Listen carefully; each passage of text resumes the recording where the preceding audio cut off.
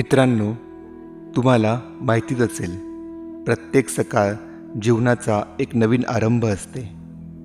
पण मी म्हणेल की ब्रह्ममुहूर्तावर उठणं म्हणजे फक्त पहाटे उठणं नाही, तर ती आत्म्याशी संपर्क साधण्याची एक अतिशय प्रभावी वेळ आहे. आज आपण जाणून घेणार आहोत ब्रह्ममुहूर्तावर उठण्याचे काय फायदे आहेत.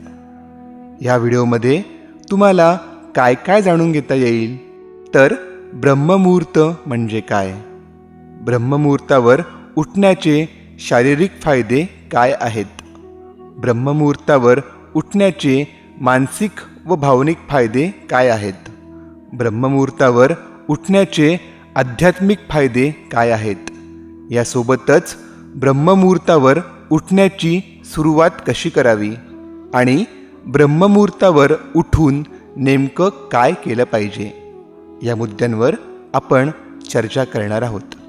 चला तर मग अजिबात वेळ न गमावता सुरुवात करू. सुरुवातीला आपण जाणून घेऊयात ब्रह्ममुहूर्त म्हणजे काय.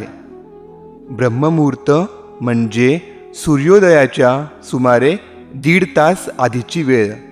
साधारण पहाटे 4 ते 5:30 दरम्यानचा काळ हा ब्रह्ममुहूर्त म्हटला जातो. ब्रह्म म्हणजे परमात्मा जो या सृष्टीत सर्वत्र व्यापला आहे, ज्याच्यापासून ही सृष्टी निर्मित झाली आहे.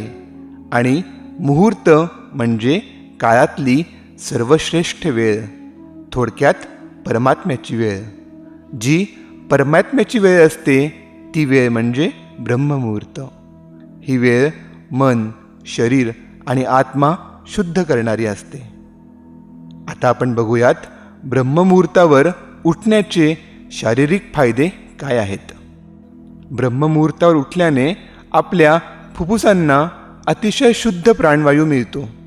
मेंदूला शुद्ध ऑक्सिजन मिळाला की मेंदू अधिक कार्यक्षम होतो. म्हणजे आपण करत असलेलं कुठलंही काम आपण अधिक चांगल्या प्रकारे करू शकतो. ब्रह्ममुहूर्तावर उठल्याने आपली पचनशक्ती सुधारते. आपलं वजन नियंत्रणात राहतं.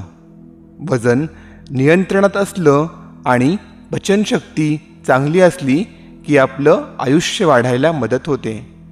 शरीराला शुद्ध प्राणवायू मिळाला की त्वचा उजळते. चेहऱ्यावर नैसर्गिक तेज येतं. मोठे मोठे योगी, साधू पुरुष अतिशय तेजस्वी दिसतात, हे आपण बघितलं असेल. त्यांच्या तेजस्वी दिसण्याचं हेच महत्त्वाचं कारण आहे. ब्रह्ममुहूर्तावर उठल्याने आपल्या शरीरातले हार्मोन्स समतोलात राहतात. हार्मोन्स म्हणजे ज्यांना आपण संप्रेरक असं म्हणतो. शरीराच्या विविध अवयवांना चेतना देण्यासाठी शरीरग्रंथींपासून निघणारा स्त्राव म्हणजे हार्मोन्स. ब्रह्ममुहूर्तावर उठल्याने आपल्या शरीरातील कोर्टिसोल आणि मेलाटोनिन या महत्त्वाच्या हार्मोन्सचा समतोल कायम राहतो. हे हार्मोन्स काय आहेत ते तुम्हाला सांगतो. कोर्टिसॉल हा स्ट्रेस हार्मोन म्हणून ओळखला जातो. हा हार्मोन सकाळच्या वेळी शरीरात अतिशय वाढलेला असतो. बऱ्याचदा आपण बघितलं असेल की सकाळी उठल्यावर काही माणसं चिंतेत, थकल्यासारखी किंवा चिडचिड करताना दिसतात. म्हणूनच ज्यांना ब्लड प्रेशरचा त्रास असतो त्यांना सकाळी उठल्या उठल्या ब्लड प्रेशरची गोळी घेण्याचा सल्ला डॉक्टर देतात. पण ब्रह्ममुहूर्तावर उठून ध्यान, नामजप, भजन यासारखं एखादं सकारात्मक कार्य केल्याने कोर्टिसॉलचं प्रमाण शरीरात नियंत्रित राहतं, ज्यामुळे शरीराला ऊर्जेचा एक नैसर्गिक बूस्ट मिळतो आणि माणूस दिवसभर प्रसन्न राहतो. त्याचप्रमाणे दुसरा मेलाटोनिन हा झोपेचा हार्मोन आहे. रात्रीच्या अंधारात शरीर हा हार्मोन जास्त प्रमाणात बनवतं, ज्यामुळे आपल्याला चांगली झोप लागते. सूर्योदय होताच हा हार्मोन बनवण्याचं काम शरीर थांबवतं आणि मग आपल्याला जाणीव होते की आता उठायची वेळ झालेली आहे. जर आपण पहाटे ब्रह्ममुहूर्तावर उठलो तर हे हार्मोन चक्र नैसर्गिक रीतीने संतुलित राहतं. यामुळे मानसिक शांतता लाभते आणि शरीर हलकं वाटतं.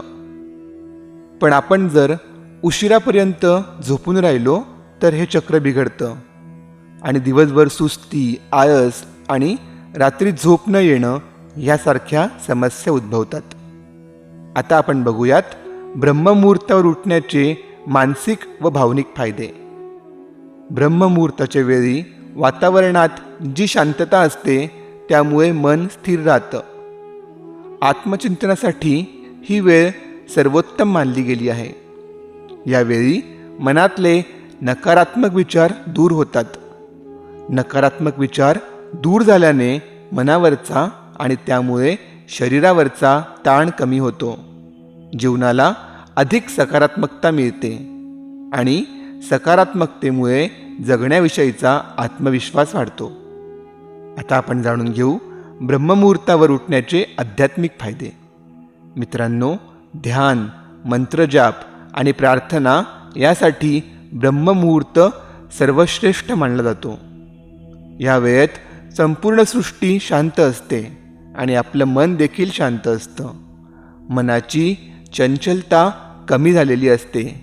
त्यामुळे आत्म्याशी संवाद साधणं सोपं जातं. ज्यांना आत्मोन्नती हवी आहे, ज्यांना परमसत्याचा शोध घ्यायचा आहे, ज्यांना जीवनाचं खरं उद्दिष्ट जाणून घ्यायचं आहे, त्यांच्यासाठी ही वेळ एक वरदान सिद्ध होते. आता सर्वांना पडणारा मुख्य प्रश्न म्हणजे ब्रह्ममुहूर्तावर उठण्याची सुरुवात कशी करावी. मित्रांनो, मला माहिती आहे सकाळी 4 वाजता उठणं ही काही साधी गोष्ट नाही. सुरुवातीला इतक्या पहाटे उठणं सर्वांनाच अतिशय कठीण जाईल. पण हळूहळू आपण आपल्या उठण्याची वेळ बदलावी. सुरुवातीला 5:30, मग 6 असं करत करत हळूहळू याची सवय लावावी आणि असं करता करता ब्रह्ममुहूर्ताचा वेळ साधावा. अर्थातच त्यासाठी रात्री लवकर झोपण्याची सवय लावणं गरजेचं आहे. जर झोप अपुरी राहत असेल तर तुमचा सगळा दिवस खराब जाईल, कामात चित्त लागणार नाही आणि ब्रह्ममुहूर्ताचे फायदे मिळण्याऐवजी तोटेच दिसायला लागतील. आता शेवटचा मुद्दा म्हणजे ब्रह्ममुहूर्तावर उठून काय करावं ज्याने जीवनात सकारात्मक परिणाम होतात. ब्रह्ममुहूर्तावर उठून जीवनात सकारात्मक बदल हवे असतील तर 2-3 गोष्टी नक्की करा. त्या गोष्टी म्हणजे ध्यान, नामजप, शास्त्राभ्यास इत्यादी. हे करून तुमच्या दिवसाची सुरुवात केली तर सकारात्मक बदल तुम्हीच अनुभवाल. मित्रांनो, ब्रह्ममुहूर्त ही परमात्म्याशी संवाद साधण्याची, आपल्या जीवनात सकारात्मक बदल घडवून आणण्याची आणि आपलं जीवन उजळून टाकण्याची सर्वात प्रभावी अशी वेळ आहे. तिला गमावू नका. आळशीपणाने जीवनाचं बहुमूल्य असं धन गमावू नका.